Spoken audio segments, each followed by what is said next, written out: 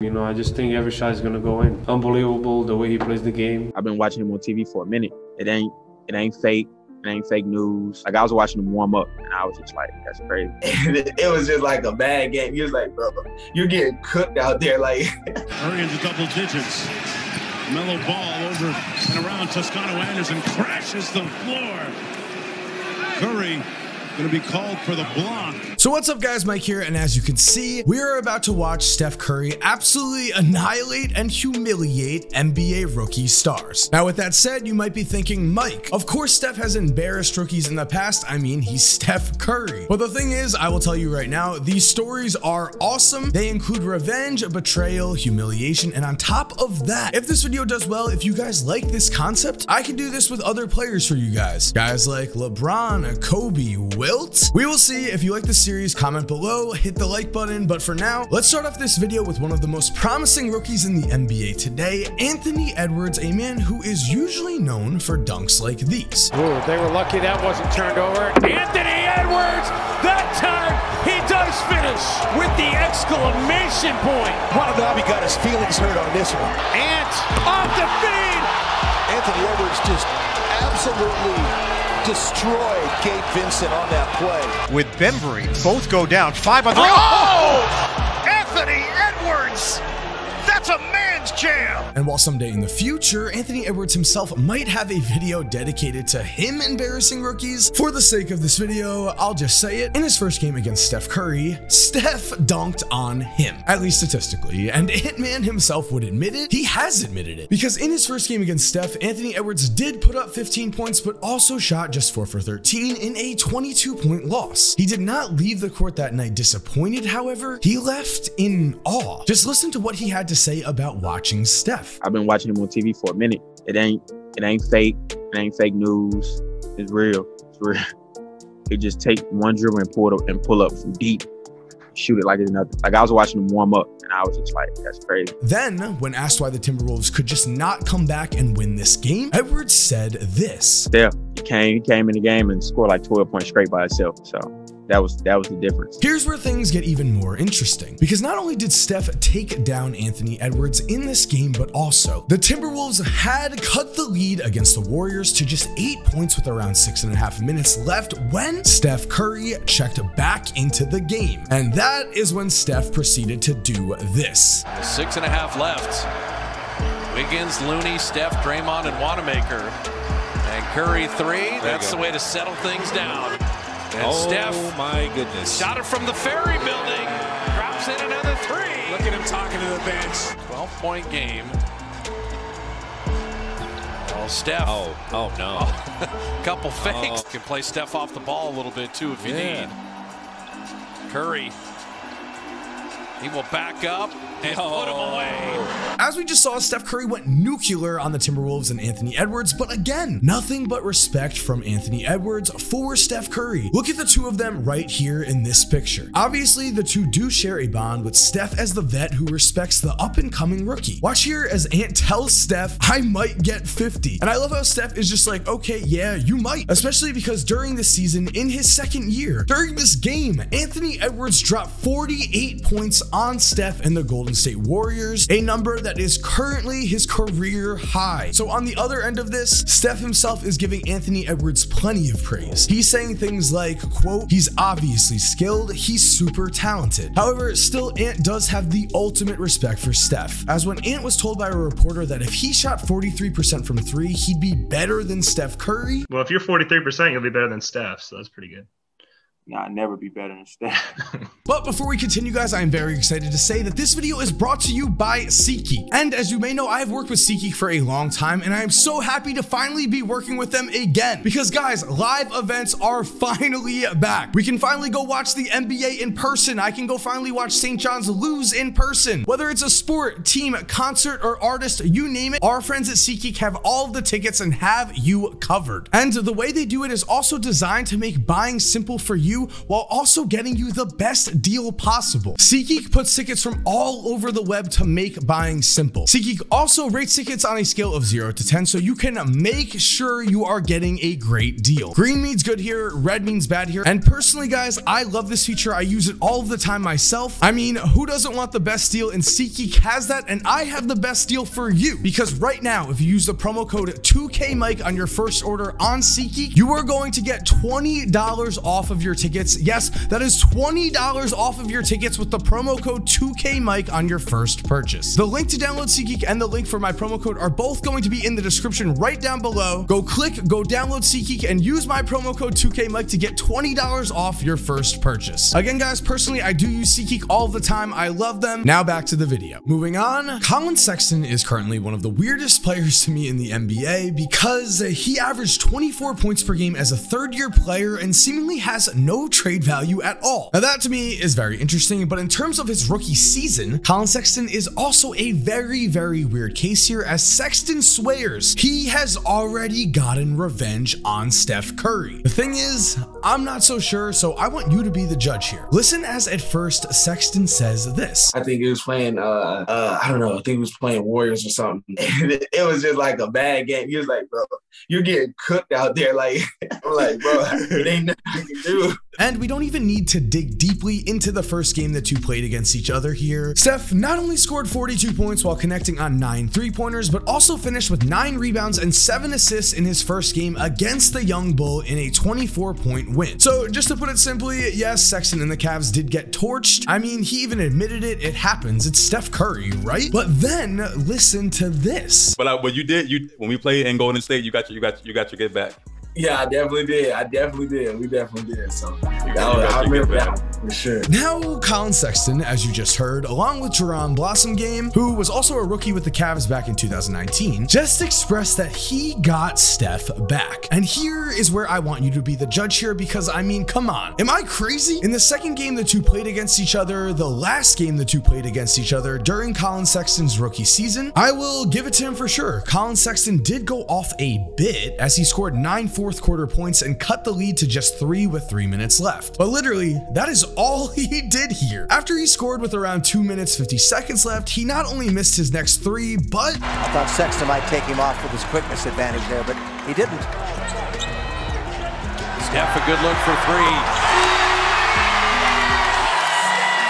Yes, Collin Sexton not only watched as Steph Curry connected on a huge 3-pointer, but also Steph would continue to close out this game with 2 free throws, giving the Warriors not only a win here, but overall. In this game alone, Steph had 40 points and made 9 3-pointers, again, along with 6 rebounds and 7 assists, compared to Collin Sexton's 27 points, 4 rebounds, and 1 assist. Clearly, in this game, Steph did get the better of him. On top of this, Steph has not lost to the Cavaliers at all since LeBron has left. He is 6-0 against Cleveland. On top of that, Steph averaged over 27 points per game for the entire 2019 season, while Sexton is claiming he got Steph back in a loss where he only scored at 27 points. On top of that, you get it at this point. In the 6 games he has played against the Cavs since LeBron left, Steph has not only won every single time, but scored over 27 points every single time. So again, I want to know what you guys think down below. My thoughts here are, dude, you did not get revenge on Steph in any way. And maybe the fact that you think you did is the problem here. By the way, guys, if you are still here, it would be awesome if you could subscribe and turn on post notifications. On this channel, I make NBA content exactly like this. So if you are enjoying this video, I know you are going to enjoy a lot of videos that are coming up. Also, again, this is a series, so if you do enjoy this series, comment down below who you want to see next. And having said that, let's get back into this. And now, as for the best current player on this list, we have Luka Doncic, one of the greatest young players the NBA has ever seen. There is simply no question about that. In just his second season, Luka already finished 4th in the MVP voting as he averaged 28.8 points, 9.4 rebounds, and 8.8 assists per game at the age of 20, which I think we can all agree is absurd. But even the best of the best seemingly have no chance when it comes to matching up against Steph Curry, especially when Steph is on on a mission. And I have to say, out of the guys that we have on this list, it just feels like Steph has always stepped up his game against Luka specifically, especially when we add in the stats here. Now, I'll be honest, Steph did not have the best first game against Luka, although I do believe Luka got a bit lucky. Steph would end his first game against Luka shooting 6 for 17 from 3. However, he did have a lot of open looks that he just missed, and he was still good enough to give the Warriors a win while also outscoring Luka, both of which are important. But I'm getting ahead of myself. Let's now just stay in Luka's rookie season here, where in an extremely rare moment for Luka, he got outplayed to the point where he was in awe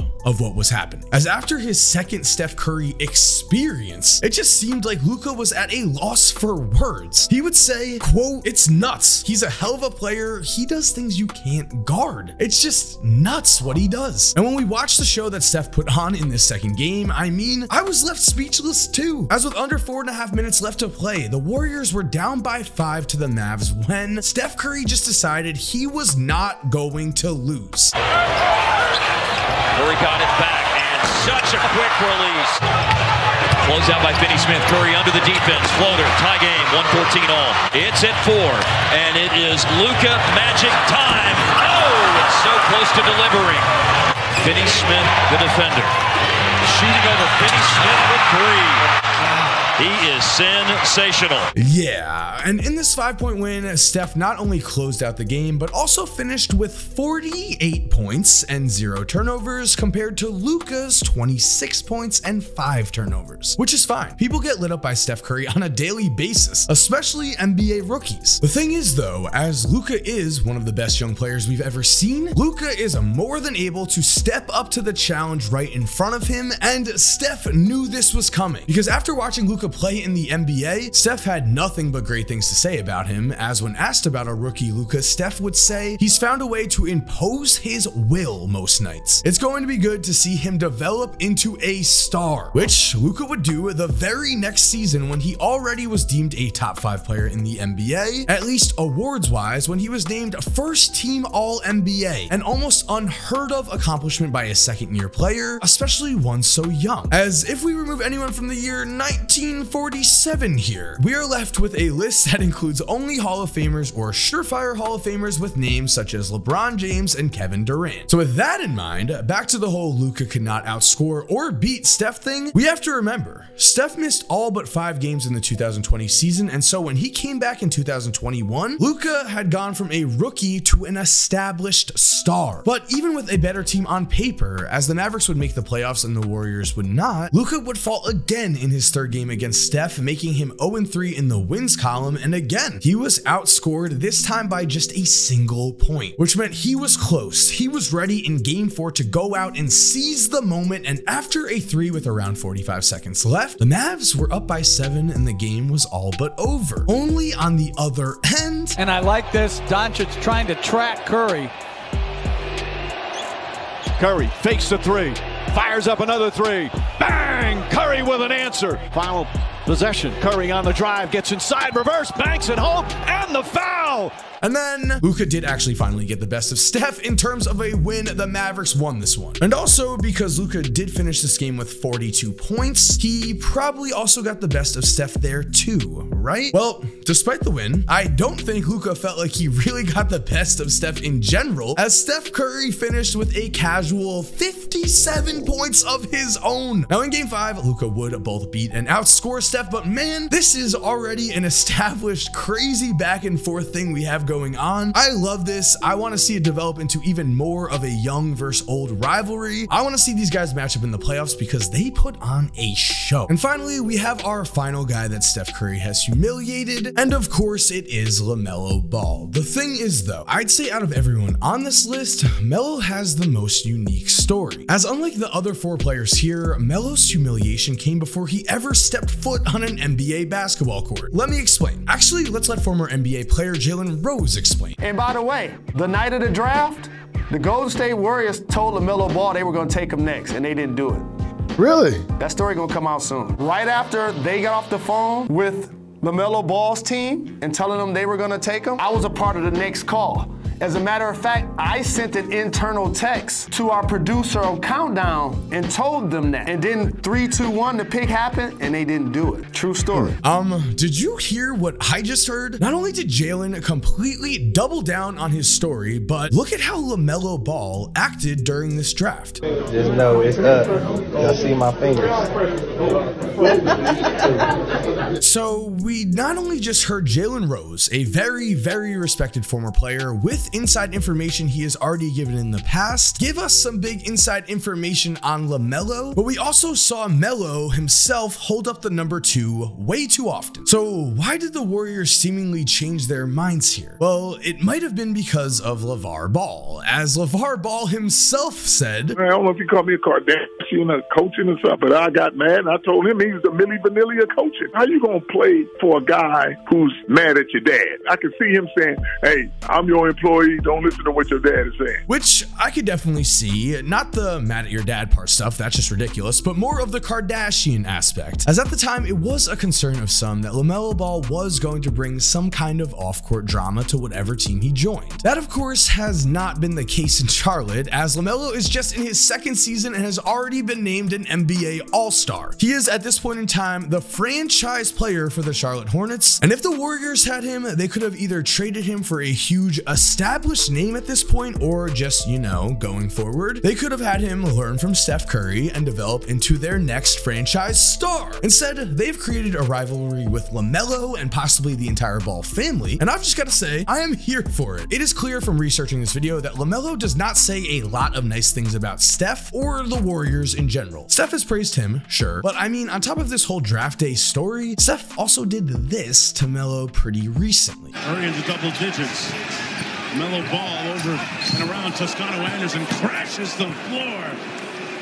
Curry going to be called for the block. Some people have called this play dirty, some people have said it's not dirty. To be honest, it doesn't matter to me in this video, because no matter how you look at this, imagine almost getting injured by the star of the team that already did all of this to you before you ever played in the NBA. I mean, wouldn't you feel humiliated yourself after being told you were going to Golden State, after holding up the number 2 to everyone on Instagram Live and on national television, and then after watching as James Wiseman is selected instead of you? At this point in time, Steph does have an edge in wins against LaMelo, as right now the Warriors have 2 of the 3 games that they have played in, but look at their numbers. Steph does have better stats than LaMelo, but Melo is not that far off at all here. And so I think that this is the perfect end to this video, because yes, Melo did get humiliated on draft day. Yes, he did take that hard fall from Steph Curry specifically, but now let's see what happens going forward. Let's see what happens between him and the Golden State Warriors for the rest of his career, because again, I am here for a LaMelo Ball or Ball family rivalry versus the Golden State Warriors. That is just pure entertainment. And there we have it, guys. Thank you for watching. I hope you enjoyed this video. If you are new to the channel, please make sure to subscribe and turn on post notifications so you never miss a video. And also, guys, again, this is a potential new series, so if you do enjoy the video, comment down below and make sure to leave a like so I know you enjoy the video. If you're already subscribed, thank you so much for supporting. You're awesome. We all know it. And as always, guys, have an awesome day and cue that music. If you're still here while the music is cued, here are 2 videos I think you are definitely going to enjoy. Make sure to click on one of them. Again, I know you're gonna love it. And other than that, have a great day and peace.